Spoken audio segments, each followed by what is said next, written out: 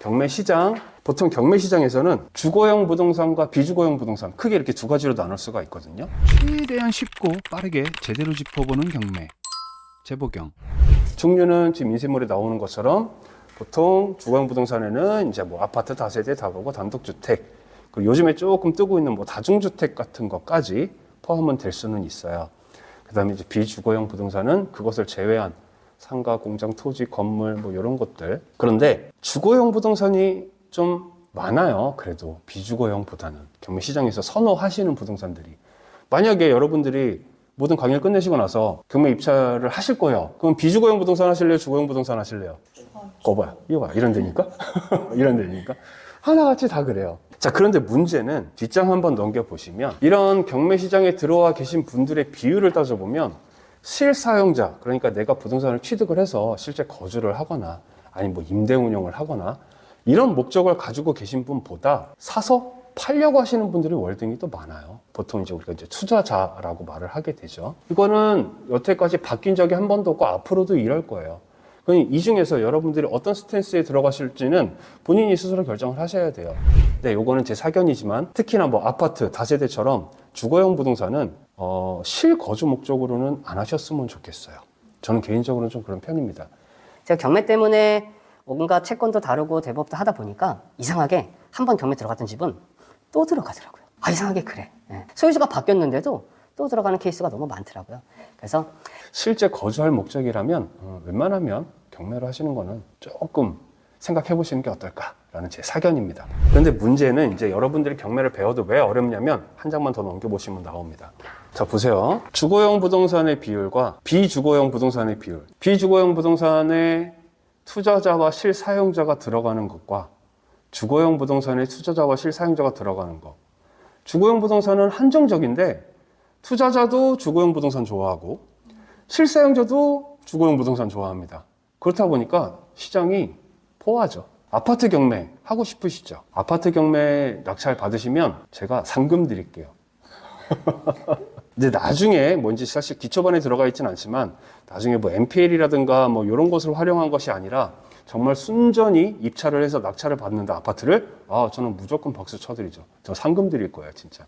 그 정도로 힘듭니다. 우리가 이제 강의를 진행하면서 이유를 말씀드리겠지만 반면에 이 비주거용 부동산은 물건 대비 실제 진입하는 사람들이 더 적어요. 그렇다 보니까 더 적은 경쟁으로 낙찰이 되고 더 좋은 조건으로 낙찰이 되기도 해요. 그래서 여러분들이 내가 어느 정도의 종잣돈을 가지고 어떤 부동산으로 재테크를 한다 했을 때 비주거용 부동산이라고 해서 마냥 어렵게 생각하시는 거는 좋지 않다라고 봐요.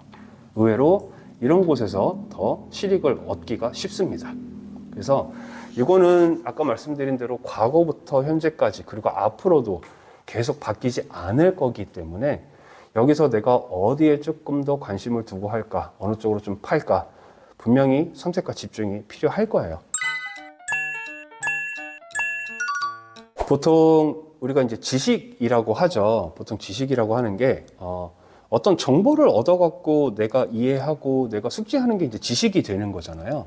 특히 요즘 유튜브에서 많이 보시죠. 특히 이제 경매라든가 부동산 관련을 하는 내용들. 유튜브에서 보시면 무슨 생각 드세요? 보시면서 막 그런 거 없나요? 이게 진짜 이런가? 혹은 이게 진짜 말이 되는 건가? 그런 거 느껴보신 적 없으세요? 이제 막연하죠. 막연하죠. 뭐 대부분 처음부터 끝까지 A부터 Z까지 다 알려주진 않으니까 그럴 수는 있습니다. 근데 제가 걱정하는 건 과연 유튜브에 나와 있는 정보들이 과연 다 사실일까? 저는 사실 이게 굉장히 중요하다고 생각을 합니다. 그렇기 때문에 너무 많은 정보를 접하실 필요는 저는 없다고 생각합니다. 정말 여러분이 필요하신 정보만 갖고 여러분들이 여러분 지식으로 만드셔야 돼요. 그래서 최소한의 지식만 정리를 좀 해야 된다. 그리고 너무 많은 걸 하시려고 하면 더 못합니다, 오히려. 그래서 최소한의 시도만 하셔도 돼요. 내가 종잣돈이 500만 원이야? 500만 원짜리 갖고 500만 원 갖고 할 수 있는 물건만 찾으시면 다른 거 보지 마세요. 보면 뭐해. 그림의 떡이잖아요. 그죠?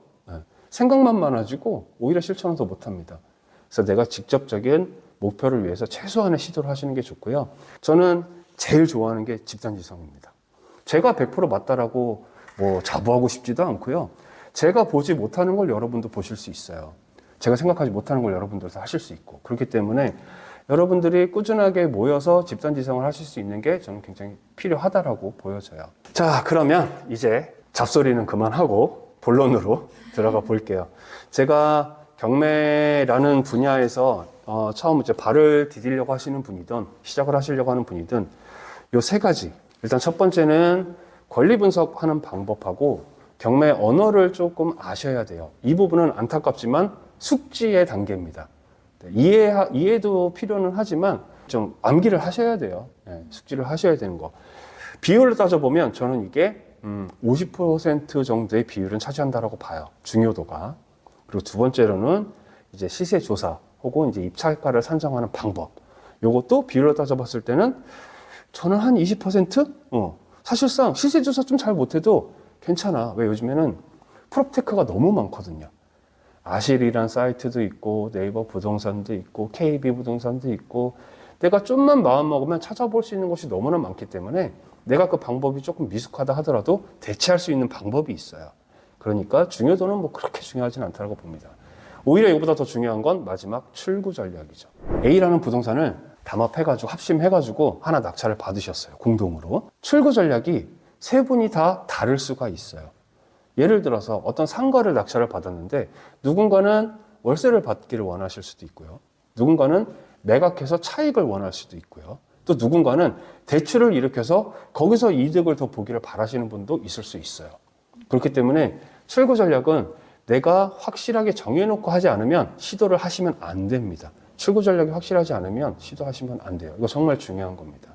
그러니까 앞으로 진행되는 과정 중에서 하나하나 사건지를 접할 때 어떤 출구 전략을 가질지는 여러분들이 스스로 좀 정립을 하셔야 돼요. 개인 성향의 문제예요. 요거는 제가 뭐가 맞다라고 해드릴 수는 없어요. 개인 성향의 문제니까. 최대한 쉽고 빠르게 제대로 짚어보는 경매. 재보경.